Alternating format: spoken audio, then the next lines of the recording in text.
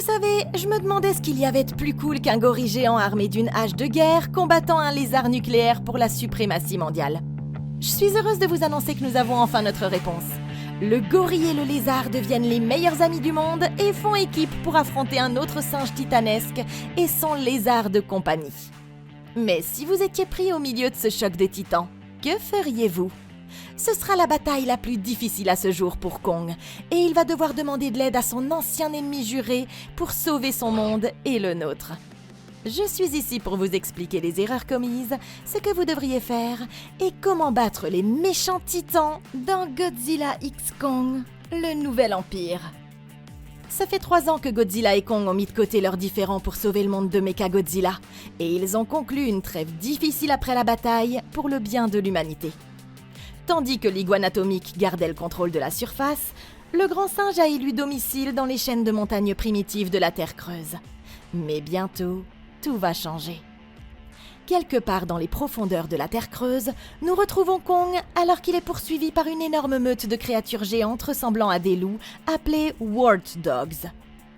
Après avoir franchi un grand ravin, les créatures étant toujours à sa poursuite, Kong se retrouve dans une sorte d'impasse.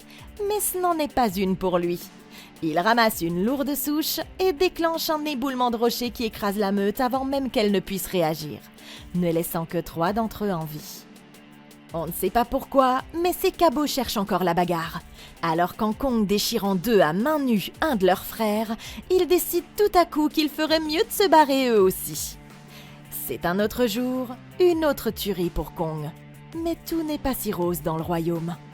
Il est toujours à la recherche de la famille qu'il n'a jamais eue, et pour ne rien arranger, il a mal aux dents.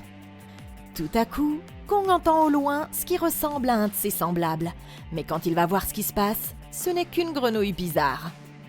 Et zut, se dit-il, je crois que je ne trouverai jamais de pote, ou au moins un dentiste. Et Kong est triste. À la surface, Godzilla, le vieil ennemi de Kong, protège le monde des attaques des titans en les faisant disparaître une monstruosité après l'autre. Et les humains viennent justement d'envoyer le signal du lézard pour obtenir son aide face à la dernière menace. Une énorme araignée de mer, appelée Scylla, sévit dans les rues de Rome.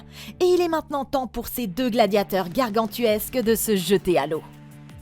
Ok, il semblerait que ces 2 titans soient de nouveau à l'œuvre. On aurait pu penser que les gouvernements du monde auraient mis un plan en place depuis le temps, pour quand ce genre de choses arrive. Mais j'imagine que ce n'est pas le cas. Quoi qu'il en soit, nous allons voir par nous-mêmes que Godzilla n'a pas besoin de beaucoup d'aide sur ce coup-là. Mais pour ce qui est des gens pris au milieu, c'est une toute autre histoire. Nous devons comprendre comment nous, pauvres humains, pourrions survivre à l'attaque d'une créature comme celle-là, sans l'aide de Godzilla. Au cas où il déciderait un jour de ne pas se montrer. Et ça commence par la compréhension de ce à quoi nous sommes confrontés. Scylla est un céphalopode géant, c'est-à-dire la famille de créatures marines à l'aspect extraterrestre qui comprend les favoris de nos fans comme les pieuvres et ce bon vieux Carlo Tentacule. Ce que l'on peut voir à l'horrible masse de tentacules qui s'étendent à l'endroit où son visage devrait se trouver. Et bien que ses jambes ressemblent plus à celles que l'on s'attendrait à trouver sur un crabe. Entre le combat de Kong et Godzilla contre Mechagodzilla et maintenant, elle a voyagé à travers le monde pour récupérer des sources de radiation nucléaire comme Dragon Ball recherche les boules de cristal, dans le but de défier Godzilla pour la domination. Et nous sommes sur le point d'être aux premières loges pour voir exactement comment ce plan se déroule pour elle. Alerte spoiler, ça va mal se passer. Le crustacé colossal mesure environ 100 mètres de haut et pèse approximativement 20 000 tonnes. Ce qui est vraiment énorme si on parle de standards de créatures tentaculaires. Mais honnêtement, c'est franchement pas grand-chose comparé à notre Godzilla. Il est plus haut de 6 étages et pèse près de 5 fois plus. Donc c'est pas vraiment un match équitable. Même s'il ne pourrait pas faire un trou jusqu'au centre de la planète avec son souffle atomique, dans un combat, Scylla peut utiliser sa carapace blindée pour se défendre contre les attaques, ainsi que ses jambes puissantes et massives pour poignarder et taillader ses adversaires. Qu'il s'agisse d'un lézard de 100 000 tonnes ou d'un ouvrier du bâtiment malchanceux en pause-déj, elle est sans aucun doute une bête redoutable. Mais ses jambes sont aussi sa plus grande faiblesse. Son poids semble être réparti de manière équilibrée entre ses 6 jambes. Endommager ne serait-ce qu'une seule d'entre elles pourrait donc entraver sa mobilité au point de réduire considérablement son efficacité au combat. Godzilla pourrait sans aucun doute les arracher à main nue, comme s'il venait de commander un crabe royal dans un restaurant de fruits de mer. Quant à nous, les humains, nous devons concentrer notre attention sur les points faibles de la créature, comme son ventre mou, l'ouverture de sa carapace où on peut voir son visage, et les articulations de ses pattes blindées. En ciblant ces zones avec un barrage de missiles à longue portée, des frappes de drones ou même un avion piloté de manière traditionnelle, nous pourrions réaliser des frappes potentiellement critiques tout en évitant d'utiliser des armes qui causeraient beaucoup trop de dommages collatéraux pour les civils qui pourraient encore se trouver à proximité. Si nous voulons faire preuve de beaucoup de fantaisie, nous pourrions toujours essayer d'utiliser des drones équipés de câbles en nanotubes de carbone pour entourer les jambes de Scylla comme un TBTT de la guerre des étoiles et l'abattre de cette façon. Une fois qu'elle sera immobilisée, nous devrions pouvoir atteindre ses points faibles sans problème. La seule chose à laquelle nous devrons faire attention est sa capacité à libérer d'énormes quantités d'azote liquide de son corps, ce qui pourrait interférer avec nos avions avant qu'ils n'aient eu la chance de frapper. Pour contrer ça, il suffira de l'inciter à épuiser complètement cette capacité par des diversions calculées avant de la faire suivre d'une attaque sérieuse. La bonne nouvelle, c'est que Scylla battra en retraite si elle se sent dépassée. Nous n'aurons donc pas besoin de gagner le combat. Il suffit juste de l'endommager suffisamment pour qu'elle s'en aille. Ça, c'est le plan de bataille. Mais qu'en serait-il si vous n'étiez qu'un simple passant dans la rue et que vous étiez pris entre deux feux? Bon, la bonne nouvelle ici, c'est que Scylla ne veut pas manger les gens. Elle veut des radiations nucléaires. Le problème, c'est qu'elle ne se soucie pas de vous écraser ou non pour en trouver. Ça veut dire que la survie devrait être relativement facile si vous êtes rapide dans vos déplacements. Il vous suffit de vous barrer de là aussi vite que vous le pourrez. Et à l'avenir, n'oubliez pas d'essayer de vivre le plus loin possible de toute source d'énergie nucléaire. Voilà, maintenant vous savez comment survivre à l'attaque d'une araignée de mer géante. Ça vous va? Maintenant, il est temps de retourner à l'action. Et avec Godzilla à nos côtés, nous allons voir que Scylla ne sera pas une menace très longtemps. Scylla se promène dans les rues, anéantissant tous ceux qui ont la malchance de se trouver sur son chemin. Et c'est alors que Godzilla arrive et la met au tapis, saisissant la créature par une de ses jambes et la projetant à plusieurs centaines de mètres dans les airs. Alors que Scylla se débat pour se relever, Godzilla bondit sur elle et lui envoie son souffle atomique en plein visage, transformant la créature en une pluie de bave jaune et mettant pratiquement fin au combat avant même qu'il n'ait vraiment commencé. Le même jour, en classe, Jia, la dernière survivante de la tribu Iwi de l'île du Crâne et la meilleure amie humaine de Kong, sombre dans un rêve éveillé où elle finit par dessiner 3 étranges pyramides noires sur tout son bureau. De retour à la maison, Aileen remarque quelque chose d'étrange. Les dessins de la jeune fille semblent correspondre exactement à des relevés sismiques inhabituels provenant de quelque part dans la Terre creuse. En quête de réponse, elle se rend à Miami et recrute son vieil ami podcasteur spécialisé des Titans, Bernie Hayes, qui accepte de l'aider à la seule condition qu'elle l'emmène avec elle lors de la prochaine expédition sur la Terre creuse. De l'autre côté de l'océan, sur l'île de la Barbade, Kong émerge tout à coup de la Terre creuse pour la première fois depuis son combat avec Godzilla il y a 3 ans. Il est venu chercher de l'aide pour sa méchante rage de dents, et avec l'aide de sédatifs et d'une grue géante volante, Trapper Beasley, le vétérinaire de Titan, l'ancien compagnon d'Aileen, parvient à lui arracher la dent et à la remplacer par un croc en composite de carbone fait sur mesure. Au même moment, Aileen reçoit une information urgente selon laquelle Bernie aurait fait une percée. Après avoir comparé les cartes sismiques à celles des événements titans passés, il s'est rendu compte qu'il ne s'agit pas d'un simple schéma aléatoire, et il pense que quelque chose dans la Terre creuse les appelle à l'aide. Quoi qu'il en soit, ils doivent aller au fond des choses avant que le gouvernement n'intervienne et n'aggrave encore la situation. Jia comprend ce qui se passe, et parvient en quelque sorte à convaincre Aileen de les accompagner elle aussi. Tous les 4 montent donc à bord d'un véhicule aérien de la Terre creuse, un VATC en abrégé, piloté par Michael, un agent de Monarque sans état d'âme. Et ils se préparent à suivre Kong dans le tunnel qui descend vers la Terre creuse. Ok, maintenant attendez une minute. Ces génies ne sont pas sérieusement sur le point de faire ce qu'ils semblent être sur le point de faire, si ? Traitez-moi de folle, mais je ne peux pas être la seule à voir que c'est une très mauvaise idée d'emmener une foutue gamine pour cette mission de la mort, pas vrai ?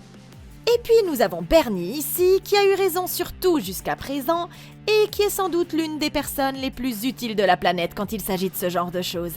Et Aileen était sur le point de l'abandonner, parce que le voyage serait trop dangereux. Par contre, il n'a pas fallu plus d'1 minute de conversation avec Jia pour la convaincre qu'il était tout à fait normal d'emmener une enfant de 13 ans dans ce putain de pays que le temps a oublié. Je suis désolée, mais c'est vraiment un niveau de stupidité dangereux.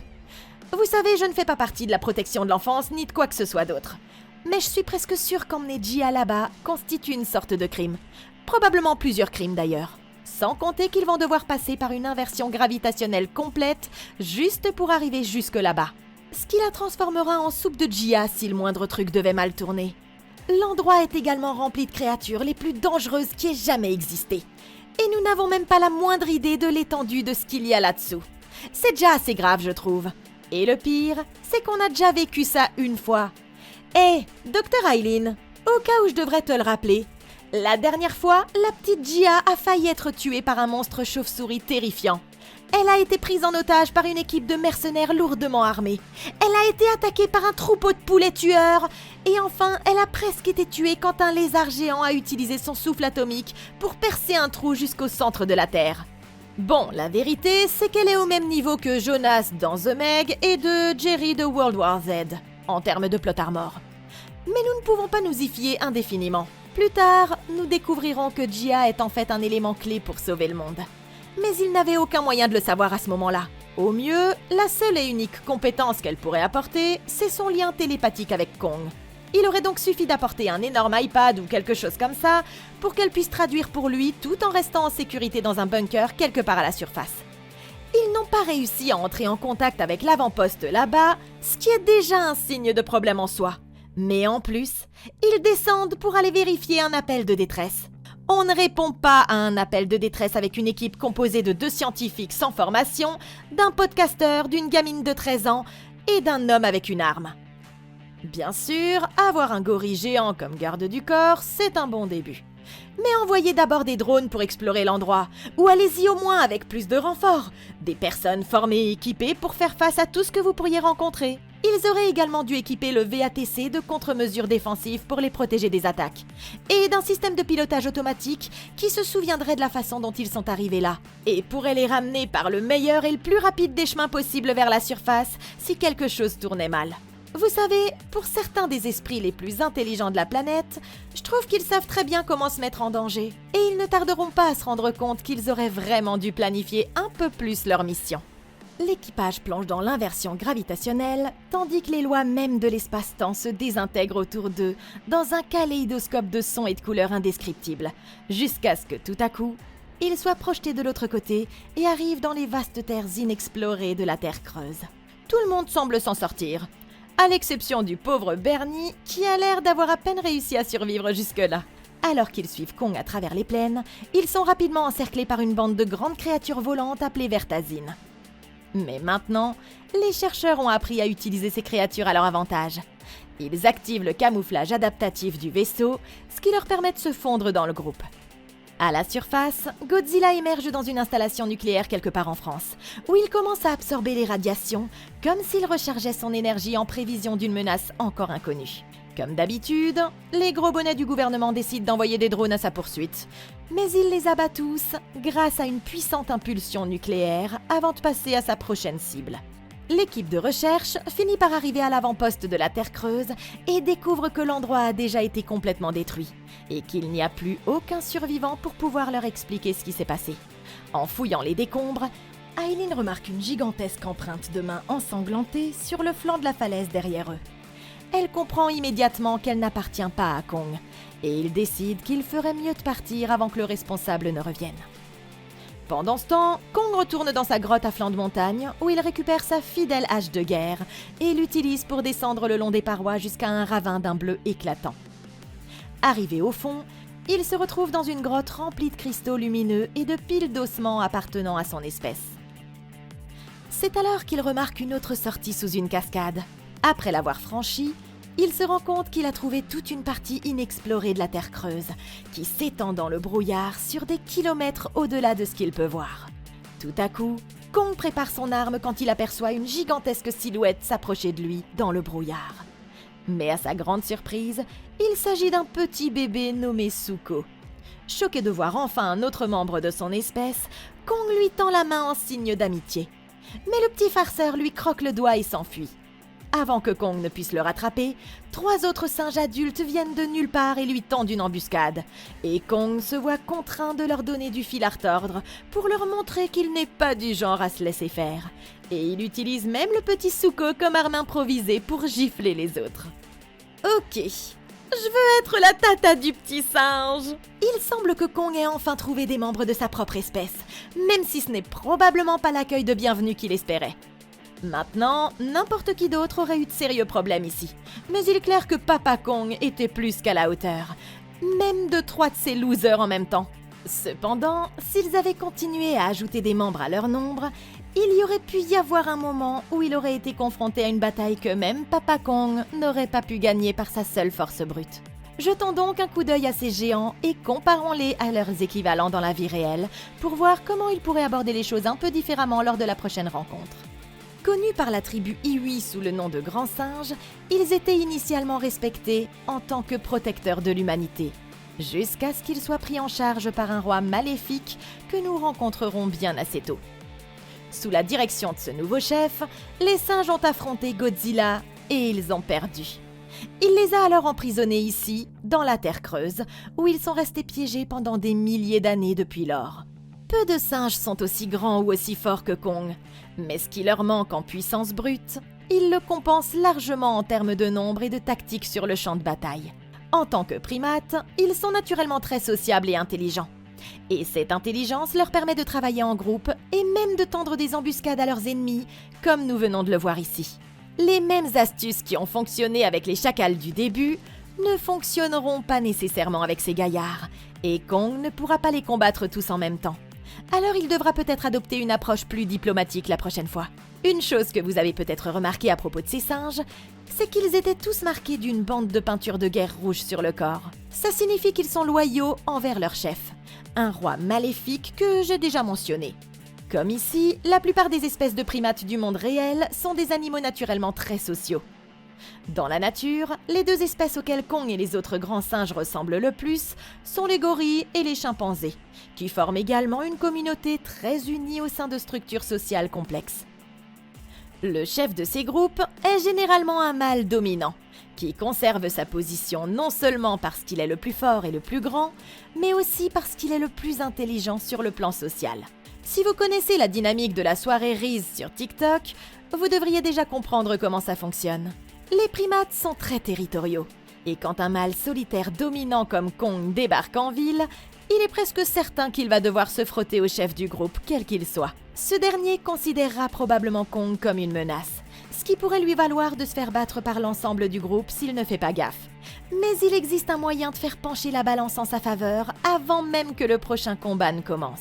Dans la nature, les mâles subordonnés tentent souvent de rallier le soutien des autres membres du groupe avant de défier ouvertement le chef pour la domination. Pour ce faire, ils forment des alliances mutuelles avec les femelles et les jeunes mâles du groupe en affichant des qualités qui indiquent que le challenger serait un meilleur chef que le mâle actuellement au pouvoir.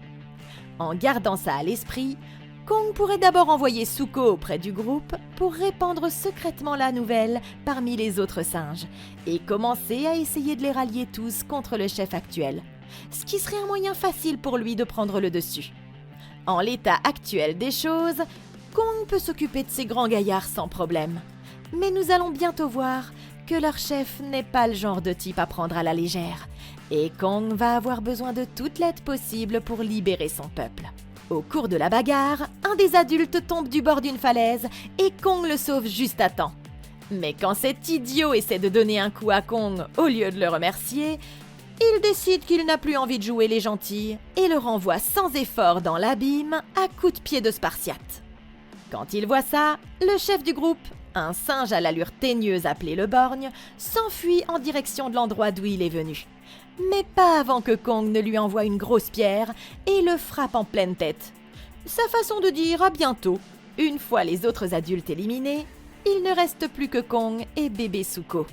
Et le grand singe ordonne au petit avorton orange de lui montrer où se cachent les autres membres de son espèce. De retour à bord du VATC, l'équipe de recherche est tout à coup frappée par une nouvelle impulsion qui manque de les faire tomber en panne en plein vol. Ils parviennent à remonter jusqu'à une crête toute proche, et ils décident d'atterrir le plus près possible avant de partir à pied à la recherche de la source de l'impulsion. Après un certain temps de marche, Trapper a brusquement le sentiment d'être en danger, et il demande au reste du groupe de ne pas bouger.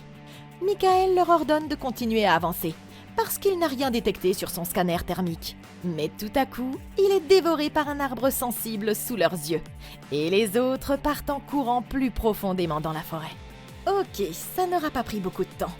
Ces 5 idiots ont décidé de faire une petite balade dans la nature à travers une version plus dangereuse de Jurassic Park, avec, rien d'autre que leurs espoirs et leurs rêves. Et comme si on s'en serait pas douté, tout a terriblement mal tourné.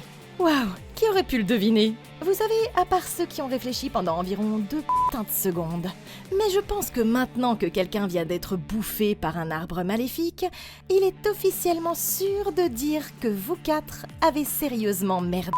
Excusez-moi, mais le fantôme de Sam Jackson de l'île du Crâne aurait certainement un truc à dire à ce sujet. Un escadron entier de soldats entraînés, armés jusqu'aux dents d'explosifs et d'armes, n'a pas réussi à survivre à la version d'entraînement de cet endroit dans les années 70.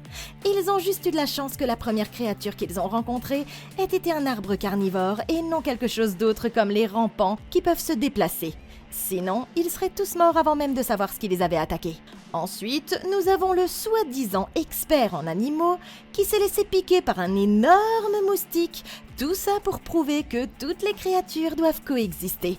Ou une autre connerie de ce genre. T'as pas besoin de courir à toute vitesse pour aller choper la malaria, juste pour montrer à quel point tu es en symbiose avec la nature, mon gars. J'irai faire examiner ton sang par un vrai médecin dès que tu seras de retour à la surface. Enfin, si vous avez la chance de revenir tous les 4. Maintenant, le seul gars avec une arme est mort. Et le gars qui était censé avoir les meilleures compétences de survie est en train de contracter de nouveaux agents pathogènes transmissibles par le sang comme une grosse boîte de pétri humaine. En fait, j'ai presque l'impression que ces clowns vont s'en sortir au final. Une chose est sûre en tout cas, ils ont fait tout ce qu'ils pouvaient pour se mettre en danger jusqu'à présent. Et tout ce que je peux dire, c'est... vous avez merdé. Les 4 survivants finissent par faire une découverte choquante. Au plus profond de la jungle, ils tombent sur un ensemble de structures en pierre qui sont indéniablement l'œuvre de la tribu Iwi. Et Jia active un bouton caché qui libère un flux d'eau et les conduit jusqu'à une étrange barrière organique dans le mur d'une falaise. En appuyant sur la barrière, Jia se rend compte qu'elle peut l'ouvrir. Et quand il regarde à l'intérieur, il découvre une immense cavité contenant 6 pyramides de cristal incandescentes, les mêmes que celles que Jia voyait dans ses rêves. Ce doit être la source de l'appel de détresse. Alors il traverse la barrière pour découvrir ce qui se cache de l'autre côté. Pendant ce temps, Godzilla arrive sur le lieu de son prochain combat, le repère arctique du titan Tiamat. Il s'y rend avec l'intention de se suralimenter à partir de la remarquable source de pouvoir de Tiamat. L'équipe de monarques qui le traque est presque prise entre 2 feux quand Godzilla sonne à sa porte en déchaînant un souffle atomique dans la grotte de Tiamat. Et bien sûr, le titan émerge de là où il se cachait, prêt pour un combat à mort. Mais c'était sa plus grosse erreur. Le combat commence avec Tiamat qui tente d'étrangler Godzilla à l'aide de son corps serpentin. Mais Godzilla lui arrache une partie de sa chair avec ses puissantes mâchoires avant de tirer une nouvelle salve de son laser et de découper le corps du titan en une douzaine de morceaux. Godzilla nage ensuite dans le repère de Tiamat vers la source de son pouvoir. De retour dans la Terre creuse, l'équipe de recherche est tout à coup encerclée par un groupe de guerriers Iwi. Mais leur chef reconnaît Jia comme l'une des leurs et les conduit à la base des pyramides, où toute une culture cachée de leur peuple vit sans aucun contact avec l'extérieur depuis des milliers d'années. Quand elle lève les yeux, Aileen remarque que le plafond de la grotte est plein de portails qui n'ont jamais été découverts et qui pourraient mener n'importe où à la surface. C'est alors que la reine Iwi s'avance et fait signe à Jia de s'approcher. Les deux communiquent par télépathie, et il est maintenant clair que ce sont ces gens qui ont envoyé l'appel de détresse. Mais Bernie pose judicieusement la véritable bonne question. S'ils ont été capables de survivre dans la Terre creuse pendant aussi longtemps, alors de quoi pourraient-ils avoir peur exactement? Après avoir voyagé pendant un certain temps, Zuko et Kong traversent un pont squelettique colossal pour arriver dans une zone qui ressemble au château de Bowser et qui pourrait tout aussi bien être signalée par un grand panneau indiquant « Le méchant, c'est par ici ». Il ne tarde pas à arriver au bout du chemin, dans une immense grotte où, à la consternation de Kong, il trouve d'innombrables autres singes comme lui, forcés à travailler dans les mines. Quand il remarque sa présence, un des singes surveillants commence à s'en prendre à Kong. Mais ce dernier l'assomme d'un seul coup de poing qui fait trembler la terre. La commotion envoie une onde de choc à travers la foule. Et maintenant, Kong a officiellement l'attention du chef tyrannique du groupe. Un gros con orange que les Iwi appellent le Scar King. Il est tout de suite évident que cette grotte n'est pas assez grande pour eux deux. Et comme Kong ne montre aucun signe de recul, ils s'affrontent pour déterminer qui est vraiment le king de la Terre creuse. Ok, vous vous souvenez du chef maléfique dont je vous ai parlé plus tôt ? Eh ben, c'est lui. Et honnêtement, il est vraiment moche. Maintenant, le Scar King est peut-être le mâle alpha des Tchad, mais Kong est le vrai Sigma. Et il est sur le point de leur montrer comment les choses se passent sur l'île du crâne. Mais ce ne sera pas facile. Alors avant d'entamer le combat, voyons comment ces deux-là s'affrontent et si Kong pourrait prendre l'avantage. Dans ce coin, nous avons notre challenger, Kong. Vous le connaissez, vous l'aimez, c'est le singe géant. Qu'est-ce que je pourrais dire d'autre ? Notre gaillard mesure 100 mètres de haut et pèse près de 160 000 tonnes. Il est agile, résistant, intelligent, frappe avec la force d'un tremblement de terre de magnitude 4,2 et est même équipé de son énorme hache de guerre qu'il peut apparemment balancer à une vitesse d'environ 100 km/h. J'ai pas de diplôme de physique pour pouvoir dire quelle puissance se cache derrière tout ça, mais il pourrait probablement couper un porte-avions en deux s'il recevait un coup net. J'ai raison ou j'ai raison ? Ou j'ai tort ? Et dans le coin opposé, nous avons le méchant Scar King. Bouh ! On le déteste. Du haut de ses 97 mètres, il est un peu plus petit que Kong, mais aussi beaucoup moins costaud. Il semblerait que Kong pourrait être en mesure de récurer le sol avec ce type. Mais ne vous laissez pas tromper par son apparence. Il est tout aussi résistant que Kong et suffisamment puissant pour conserver son rang dans un combat. Les longs bras et jambes du Scar King, qui ressemblent à ceux d'un orang-outan, et sa carrure plus fine le rendent extrêmement mobile, ce qui lui permet d'éviter Kong en essayant de rester hors de sa portée. Pour ne rien arranger, son arme fétiche, le fouet, lui permet de porter des coups dévastateurs à longue distance. Et il a même une utilisation secrète que nous découvrirons très bientôt. Pour l'instant, le combat s'annonce plutôt équilibré. Mais Kong peut encore utiliser quelques stratégies pour faire pencher la balance en sa faveur. En ce qui concerne le Scar King et son fouet, il semble que la clé soit de tout faire pour le contourner. Mais Kong devrait faire attention à ne pas se faire ligoter par son arme. Et s'il le peut, essayer d'attraper le fouet d'une main, puis utiliser rapidement sa hache pour le couper. Ce qui enlèverait le cristal pointu, qui est la partie la plus dangereuse de cette arme. En gardant ça à l'esprit, il devrait essayer de se battre de façon défensive jusqu'à ce que son adversaire s'épuise, puis attaquer quand il sera fatigué et foncer sur lui pour le terminer. Kong pourrait aussi utiliser l'environnement à son avantage en essayant de le jeter dans la lave ou se tourner vers la guerre psychologique et exploiter son orgueil en faisant semblant d'être vaincu avant de l'attaquer sournoisement quand il s'arrêtera sans aucun doute pour jubiler, comme on pourrait s'y attendre. Vous voyez, on a pensé à tout. On a réfléchi à toutes les options. En fin de compte, après toutes les autres batailles auxquelles Kong a participé, il devrait être en mesure de vaincre ce gros singe les doigts dans le nez. Mais le Scar King ne se bat pas à la loyale.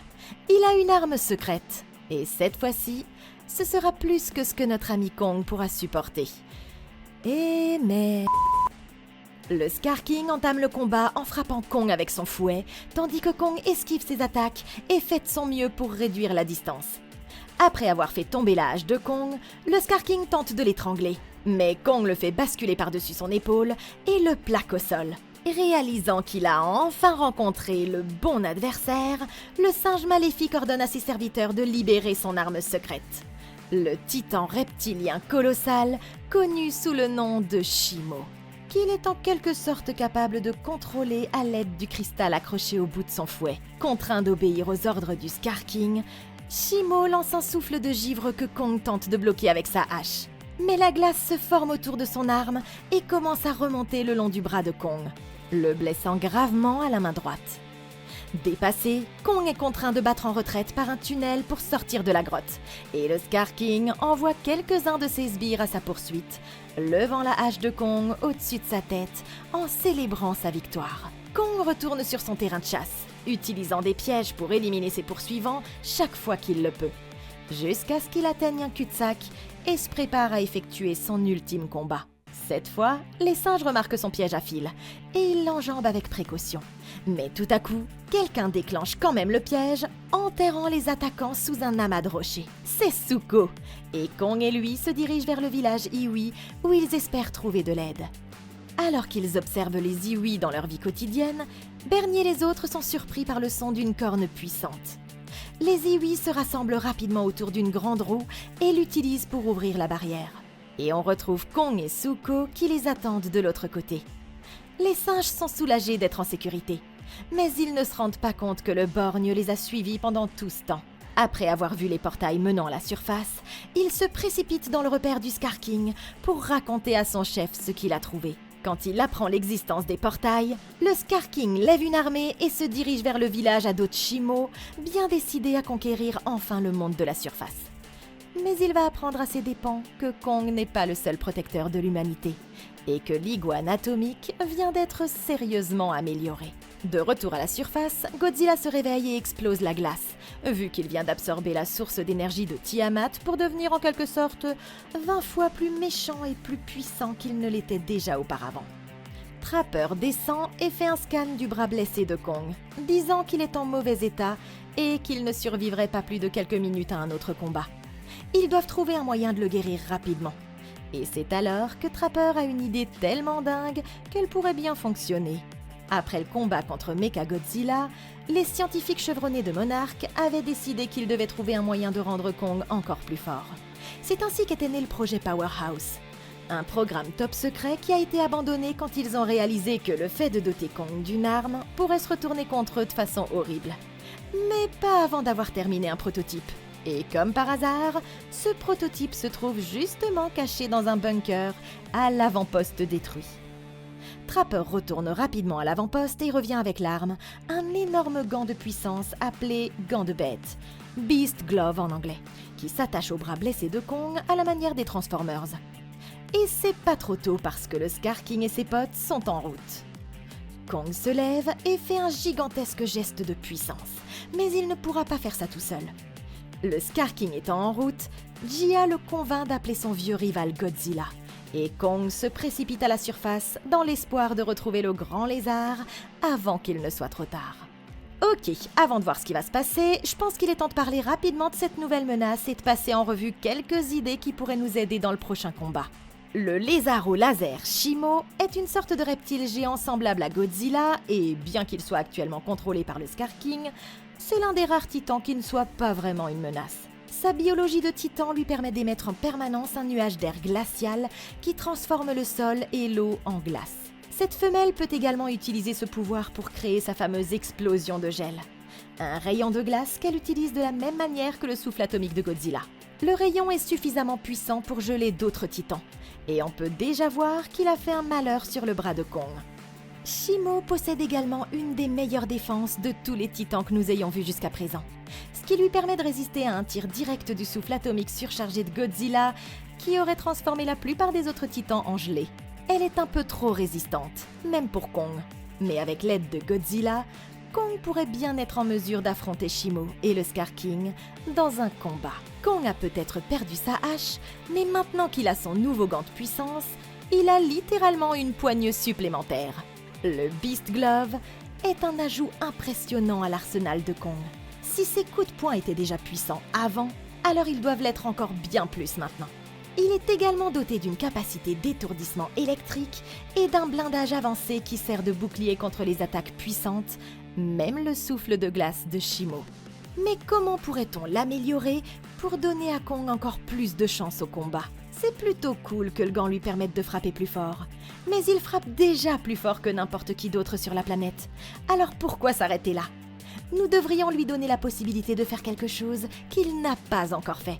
Et ajouter au gant des accessoires particuliers conçus spécifiquement pour exploiter les faiblesses de la créature qu'il est en train de combattre. Comme un lance-flamme de type mandalorien pour contrer la laine de glace de Shimo. Maintenant que c'est dit, la meilleure façon de combattre Shimo est de ne pas le combattre du tout.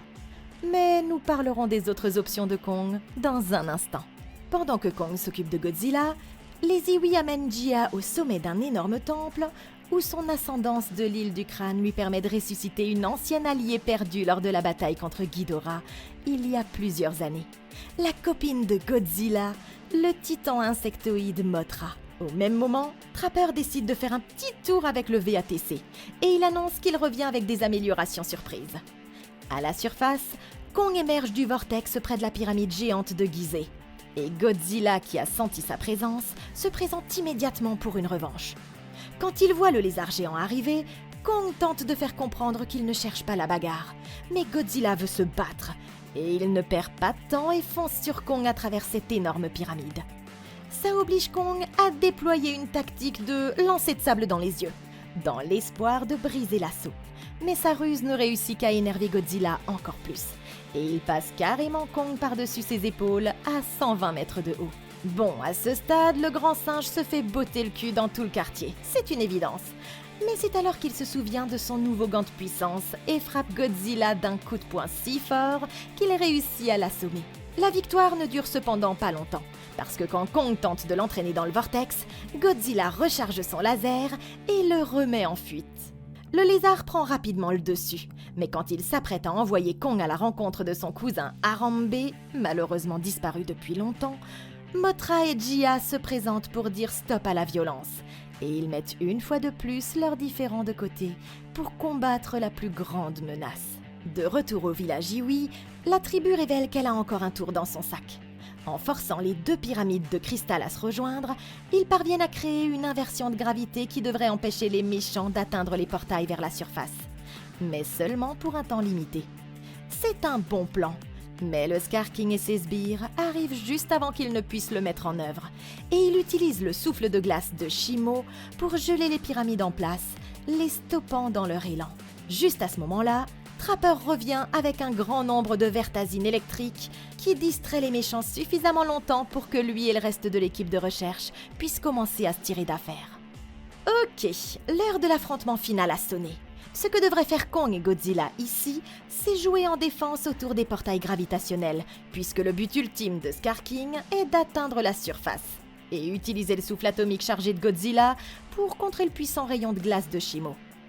Je sais que ça n'a pas vraiment fonctionné dans le passé, mais ils pourraient aussi essayer de collaborer avec l'armée s'ils pensent que ça pourrait les aider. Puisque nous savons déjà qu'un des portails mystérieux mène aux pyramides, les militaires pourraient évacuer la zone à proximité, demander à Kong et Godzilla d'essayer de tromper le Scar King et Shimo pour qu'ils pénètrent dans ce portail en particulier, puis lâcher une bombe atomique ou un destructeur d'oxygène sur eux une fois qu'ils auront atteint la surface. Maintenant, il est important de comprendre que Shimo n'est pas vraiment loyal envers le Scar King, et ça pourrait être utilisé à leur avantage.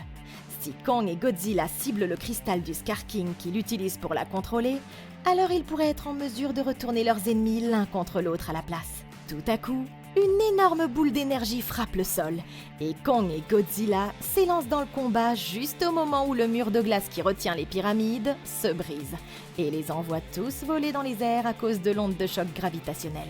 Les quatre commencent à s'affronter en gravité zéro, Kong s'attaquant au Scar King et Godzilla à Shimo. Tout à coup, l'inversion gravitationnelle se réinitialise et Kong, Godzilla, Shimo et Scar King sont projetés dans un vortex jusqu'à la surface où ils atterrissent en catastrophe sur les plages du Brésil. Le Scar King ordonne rapidement à Shimo de commencer à geler tout ce qu'il voit, mais Kong et Godzilla parviennent à les arrêter avant qu'ils ne transforment la planète entière en patinoire. Réalisant que son nouvel ami pourrait avoir des ennuis, Zuko saute dans le vortex avec la hache de Kong, espérant l'aider du mieux qu'il peut. À l'aide de son fouet, le Scar King projette la moitié supérieure d'un bâtiment sur Kong, mais il la bloque avec son gant, et c'est une distraction suffisante pour que Shimo intervienne et commence à frapper Kong avec son haleine de glace. C'est alors que Godzilla se relève, et cette fois, il attrape le fouet de Scar King dans ses mâchoires, détruisant l'arme avec une puissante morsure. Il repart ensuite à la recherche de Shimo, ce qui donne à Kong l'occasion de s'emparer du cristal qui la contrôle. Mais Scar King le retient avant qu'il ne puisse l'atteindre. Tout à coup, le petit Zuko apparaît et brise le cristal avec la hache de Kong, libérant ainsi le dragon. Le Scar King est furieux, et maintenant qu'il doit se battre à la loyale, il est complètement dépassé. Et Kong et Godzilla commencent à jongler avec son cul dans les airs jusqu'à ce que Shimo ne le gèle solidement avec son souffle de glace. et Kong brise son corps gelé en 1 million de morceaux, mettant fin à son règne de terreur une fois pour toutes. Maintenant que le méchant Scar King est vaincu, les Iwis peuvent retourner à leur vie en paix et ils organisent une grande fête pour remercier l'équipe de recherche pour son aide. Godzilla retourne à son nid dans le Colisée pour dormir jusqu'au jour où on aura à nouveau besoin de lui. Et Kong retourne dans la Terre creuse avec maintenant Zuko et Shimo à ses côtés. Et il y prend la place qui lui revient en tant que véritable roi.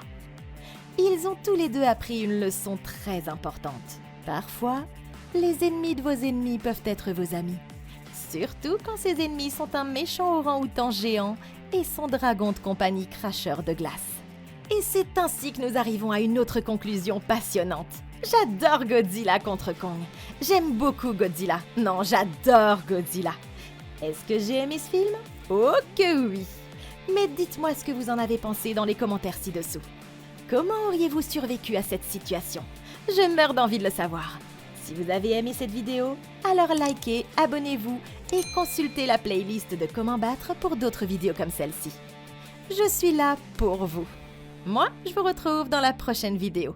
Et d'ici là, passez une excellente journée!